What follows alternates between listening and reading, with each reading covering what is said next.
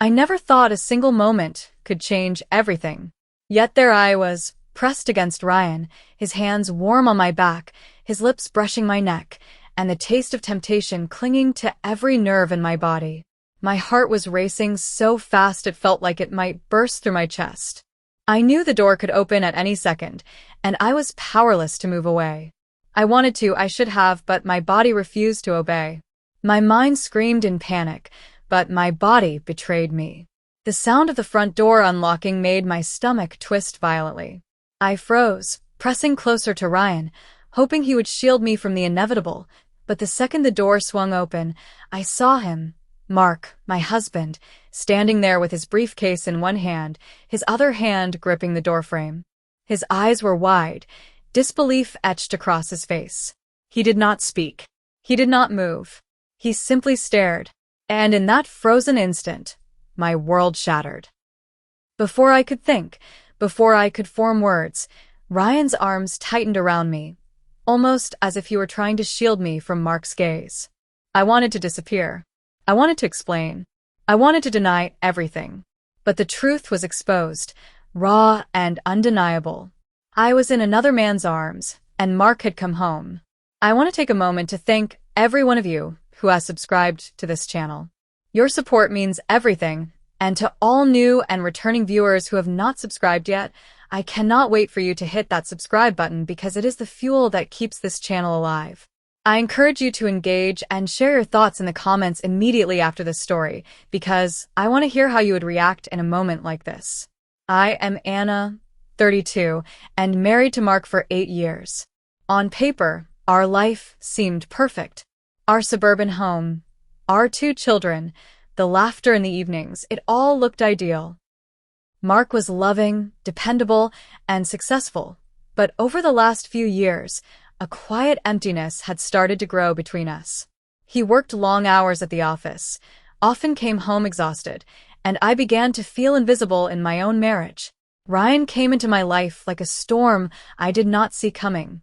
He was charismatic, attentive, and somehow he seemed to understand the part of me that I thought only Mark knew. It started with coffee after work, casual conversations that lingered longer than necessary, laughter that felt dangerous in its intimacy. I told myself it was harmless, that a simple connection outside my marriage was not a crime. But desire has a way of creeping in silently until one day it demands everything. That day, I had told Mark I was running errands. I was not. I had driven to Ryan's apartment under the guise of grabbing a quiet coffee, but the moment the door closed behind me, all pretenses dissolved. His hands found mine, his lips pressed against mine, and suddenly, I felt alive in a way I had not felt for years. The guilt gnawed at the edges of my pleasure, but it could not stop the hunger that consumed me. Ryan led me to his couch, and I let myself melt into him. I was aware of everything. The smell of his cologne, the warmth of his body, the tension in my muscles as I tried not to give in completely. Each kiss, each touch, carried the weight of betrayal, but I could not resist. We both knew the line we were crossing, and that knowledge made it all the more intoxicating. Then I heard it, the unmistakable sound of the front door unlocking. My heart froze. I knew instantly who it was. I had no time to react. Ryan froze too, his hands tightening, and I realized there was no way to hide this. Mark was home. My mind raced. Should I explain? Should I run?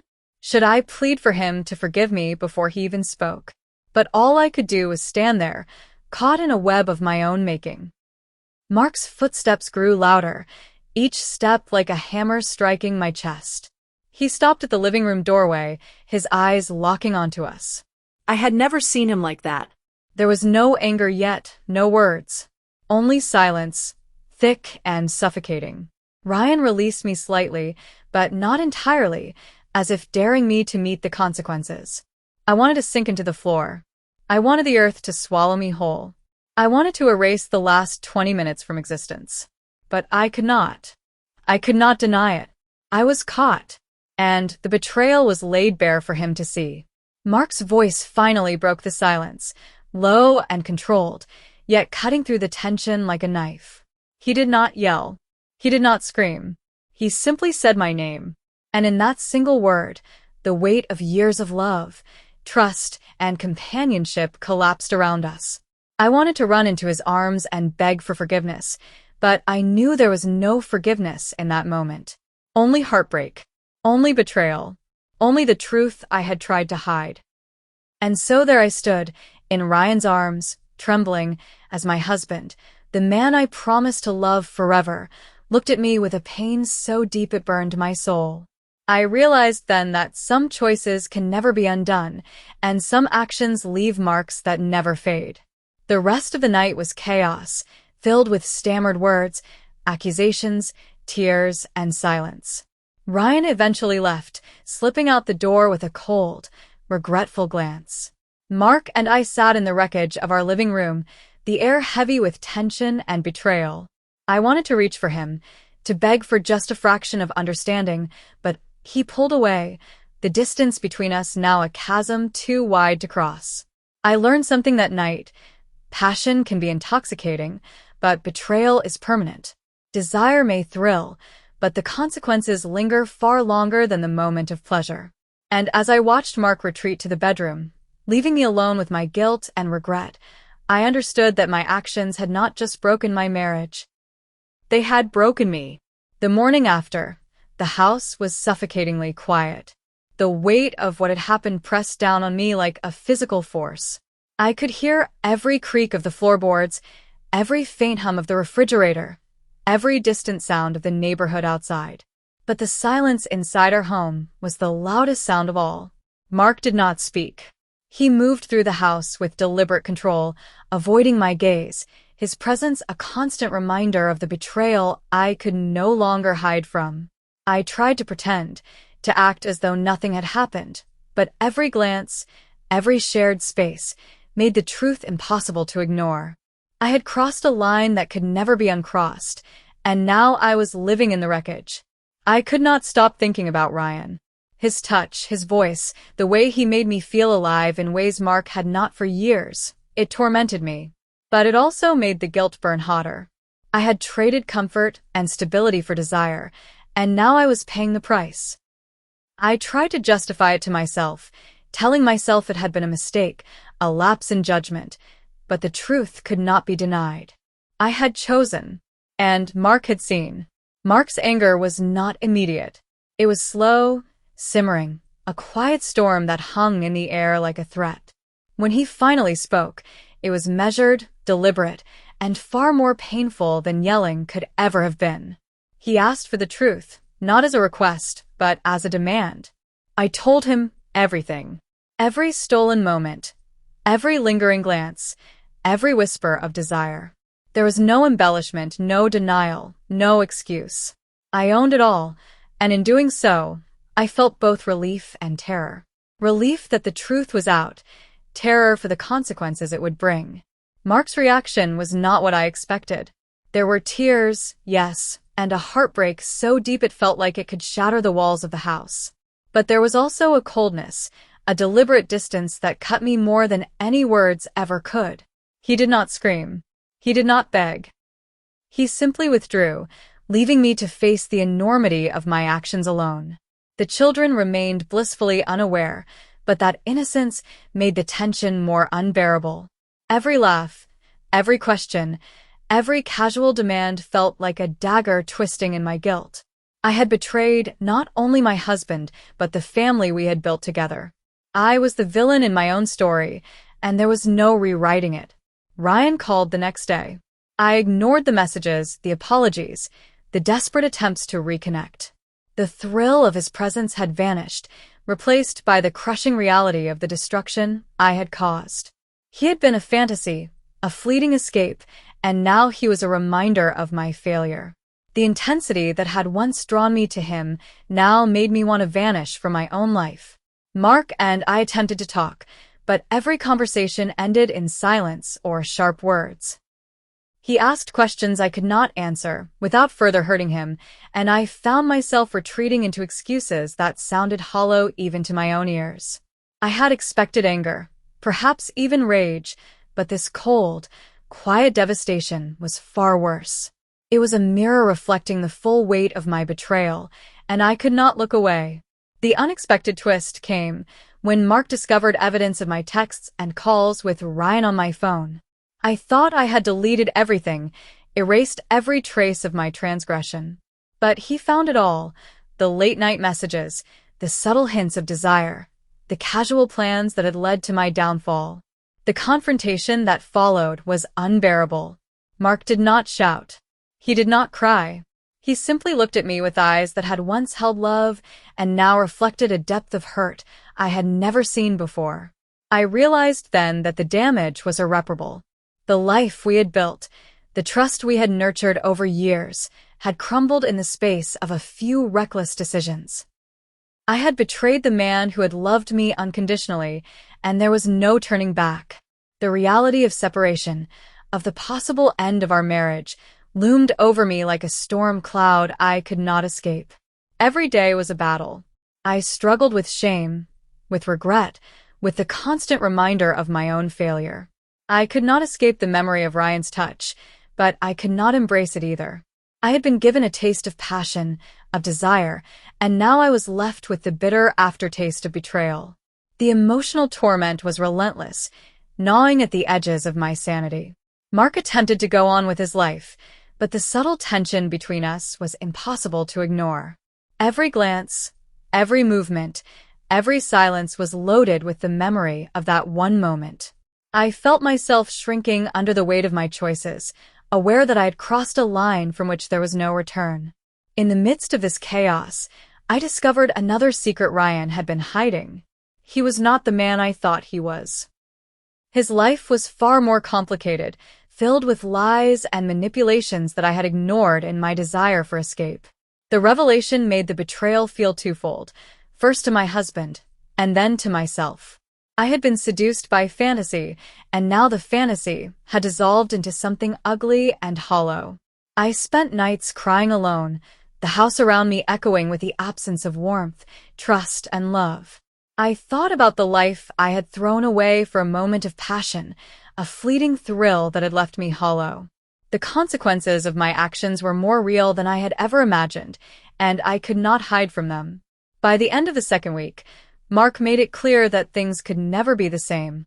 There was no forgiveness in his eyes, no chance to pretend we could move forward as though nothing had happened. The trust was gone, replaced by a cold, unwavering reality that some actions cannot be undone. I had learned a devastating truth. Desire may blind you, passion may consume you, but betrayal is permanent. The fallout from that single moment of weakness had changed everything. There was no going back. There was no redemption. There was only the painful, unrelenting truth that I had destroyed the life I once loved, and now I had to live with the consequences. By the third week after that devastating night, our home had transformed into a cold, hollow place. The warmth that had once filled every room, the laughter, the shared glances, the simple touch of hands across the table, was gone. It had been replaced by silence, tension, and the constant weight of what I had done. Every corner of the house seemed to remind me of my betrayal, each memory of my actions pressing in with unrelenting force. Mark was distant but deliberate in his interactions. He moved through the house like a shadow, avoiding eye contact, keeping conversations strictly about logistics, children, and the mundane details of life. But every word, every glance, was heavy with unspoken hurt. I could feel the layers of betrayal stacked between us, invisible yet unyielding. I wanted to reach out, to beg for understanding, to explain that I had been lost in my own desires, but I knew the words would not matter. Nothing could undo what I had done. Ryan tried to contact me again. I ignored every call, deleted every message, and blocked him from every platform I could think of. The thrill, the intensity, the passion I had craved, it was gone. He had been a dangerous distraction, a fantasy that had blinded me to the reality of my marriage and the life I was destroying. The realization was painful and sobering. I had been reckless, selfish, and utterly naive. I remember the day Mark finally sat me down in the living room. The children were at school, giving us the privacy to confront the truth of our lives. He looked at me with a calm I had never seen before. There were no tears, no anger, no shouting. Just a quiet, unwavering certainty that this marriage could not survive my betrayal. He told me that he loved me once, deeply, and that our life together had been everything he had ever wanted. But he could not continue living in a world where trust had been shattered. I felt my heart drop into a pit of despair.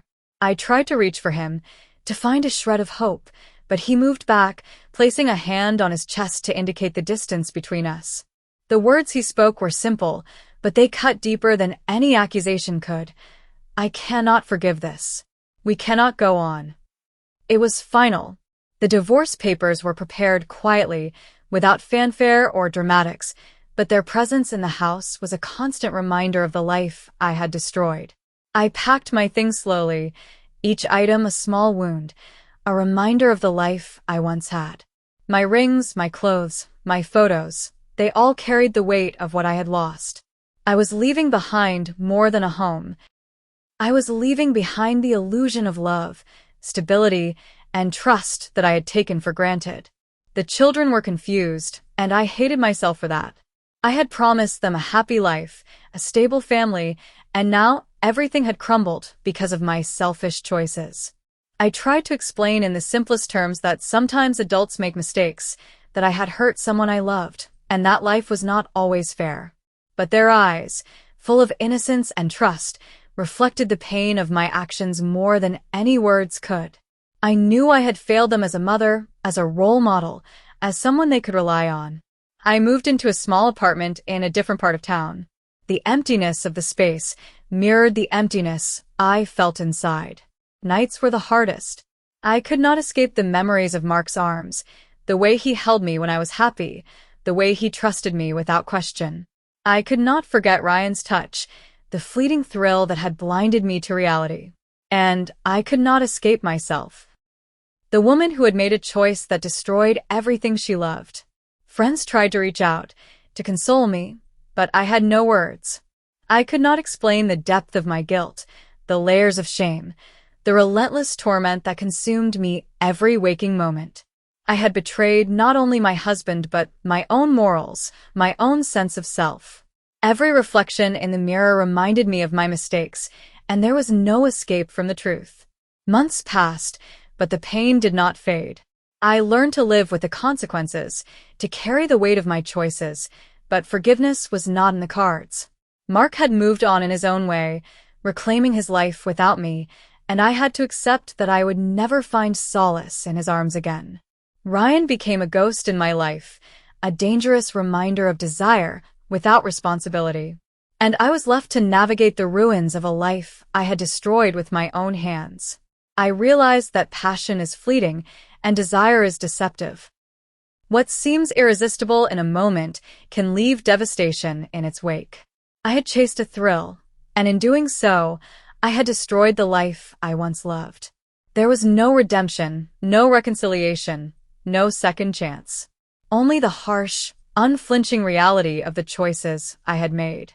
In the end, I am left with memories that cut like knives, regrets that sting like fire, and a life that is permanently altered. The lesson is brutal, clear, and unavoidable. Betrayal changes everything, and some mistakes are too large to ever repair. I live with the consequences, with the shame, with the unbearable knowledge that I was in his arms when I should have been at home, and that moment defined the rest of my life. Every day, I remind myself that I cannot undo the past. I cannot reclaim what I have lost. I cannot ask for forgiveness because some things once done are permanent. And so I continue, haunted but aware, carrying a lesson that I hope no one else will ever learn the hard way. Desire may ignite, but betrayal burns eternally.